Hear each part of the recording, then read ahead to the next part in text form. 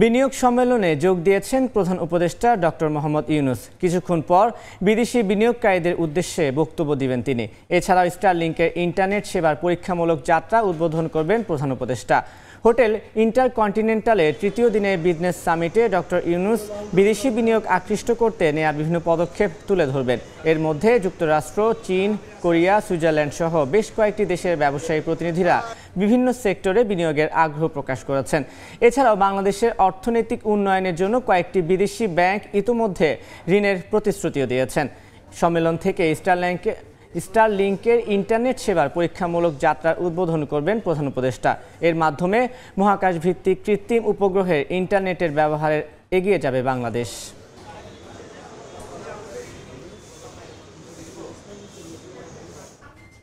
এই নিয়ে বিস্তারিত জানাতে রাজধানীর হোটেল ইন্টারকন্টিনেন্টাল থেকে সরাসরি যুক্ত হচ্ছেন সহকর্মী নাজমুস সালেহী। যাচ্ছি তার কাছে।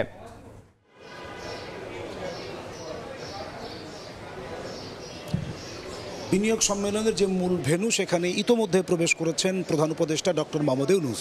তিনি মূলত সেখানে আজকে বক্তব্য রাখবেন। বিদেশি যারা ইনভেস্টর যারা এখানে এসেছেন, যারা বাংলাদেশে ব্যবসা করতে আগ্রহী অথবা বাংলাদেশে তারা ব্যবসার জন্য যারা বিভিন্ন ধরনের সহযোগিতা চেয়ে আসছিলেন এতদিন, তারা আসলে কিভাবে উপকৃত হতে পারে তাদেরকে, সে উদ্দেশ্য প্রধান উপদেষ্টা আজকে বক্তব্য রাখবেন। আপনি জানেন যে 3 দিন ব্যাপী যে চলছে, আজকে 4 দিন ব্যাপী যে বিনিয়োগ সম্মেলন, তার আজকে তৃতীয় দিন। এই তৃতীয় দিনে প্রধান উপদেষ্টা ডক্টর মোহাম্মদ ইউনূস বিদেশি বিনিয়োগ আকৃষ্ট করতে বিভিন্ন ব্যবসা প্রতিষ্ঠানের যারা প্রতিনিধিরা এখানে এসেছেন তাদেরকে তিনি বাংলাদেশ কতটা বিনিয়োগ বান্ধব হয়েছে এবং বাংলাদেশ সরকারের পক্ষ থেকে বিনিয়োগকে আরও স্থিতিশীল করতে কী কী ধরনের উদ্যোগ নেওয়া হয়েছে তিনি তা বিদেশি সব প্রতিনিধিদেরকে অবগত করবেন এবং তিনি তুলে ধরবেন তার পলিসি। আপনি জানেন যে গত 3 দিন ধরে বাংলাদেশের বিভিন্ন সেক্টরে বাংলাদেশে যারা এসেছেন এই বিনিয়োগ পরিস্থিতি দেখতে এবং যারা ব্যবসায়ী আগ্রহী, ইতিমধ্যে তারা অনেকেই তাদের ব্যবসার কথার আগ্রহ তারা কিন্তু জানিয়েছেন এবং অনেকেই মিলিয়ন ডলার তারা আগ্রহের আগ্রহ প্রকাশ করেছেন। ইতিমধ্যেই সুইজারল্যান্ডের ব্যবসায়ী প্রতিনিধি তারা নারায়ণগঞ্জের 2,500 তাদের জমি তারা ইতিমধ্যেই বরাদ্দ করেছেন, কিনেছেন এবং সেখানে তারা এখন পর্যন্ত প্রায় $100 মিলিয়ন ইনভেস্ট এসেছে বলে আমরা জানতে পেরেছি।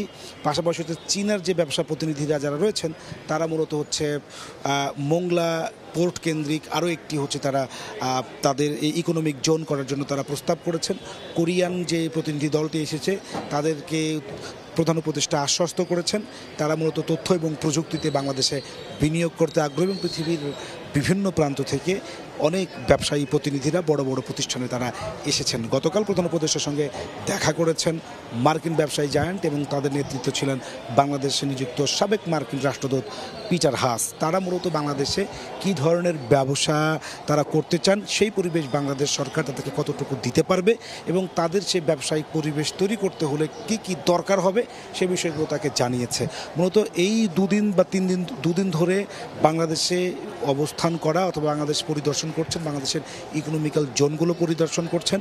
পাশাপাশি বাংলাদেশের যে ব্যবসায়িক পরিবেশ তাদেরকে যেভাবে অবগত করা হচ্ছে প্রধান উপদেষ্টার পক্ষ থেকে সামগ্রিক দিক থেকে আজকে একটা ব্রিফ করা হবে, যে ব্রিফের মাধ্যমে আসলে তারা এই গত 2 দিনে যে সমস্ত সমস্যা সম্ভাবনা বা তারা যে বিষয়গুলো তারা দাবি করে আসছেন ব্যবসা করতে হবে যে পরিবেশটি দরকার, প্রধান উপদেষ্টার পক্ষ থেকে আজকে সেগুলো আশ্বস্ত করা হবে। এবং আপনি জানেন যে ইতিমধ্যেই জ্বালানি নিয়ে একটি নীতির প্রয়োজন ছিল, কারণ বিদেশি ইনভেস্টরদের জন্য প্রধান প্রয়োজন ছিল জ্বালানি।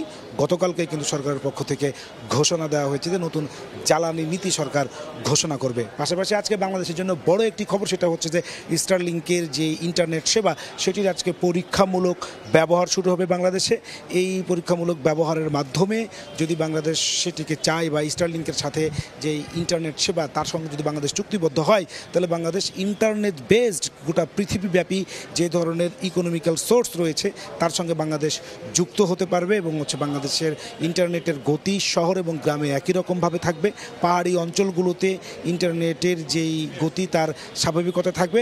পাশাপাশি ফ্রিল্যান্সারদের জন্য নতুন এক দুয়ার উন্মোচিত হবে। গতকাল কিন্তু আমরা বাংলাদেশ নাসার সঙ্গেও কিন্তু চুক্তিতে আবদ্ধ হয়েছে। আজকে প্রধান উপদেষ্টার দিক নির্দেশনামূলক বক্তব্য থেকে বিনিয়োগকারীরা ইনভেস্টররা আরও বেশি আগ্রহী হবে এবং বাংলাদেশে তারা বিনিয়োগ করতে আরও বেশি স্বাচ্ছন্দ্য বোধ করবে, সেই বক্তব্যই আজকে আসলে দেওয়া হবে। এই ছিল আমার কাছে হোটেল ইন্টারকন্টিনেন্টাল থেকে বিনিয়োগ সম্মেলনের তৃতীয় দিনের সর্বশেষ খবর। এতক্ষণ সরাসরি যুক্ত ছিলাম হোটেল ইন্টারকন্টিনেন্টালে।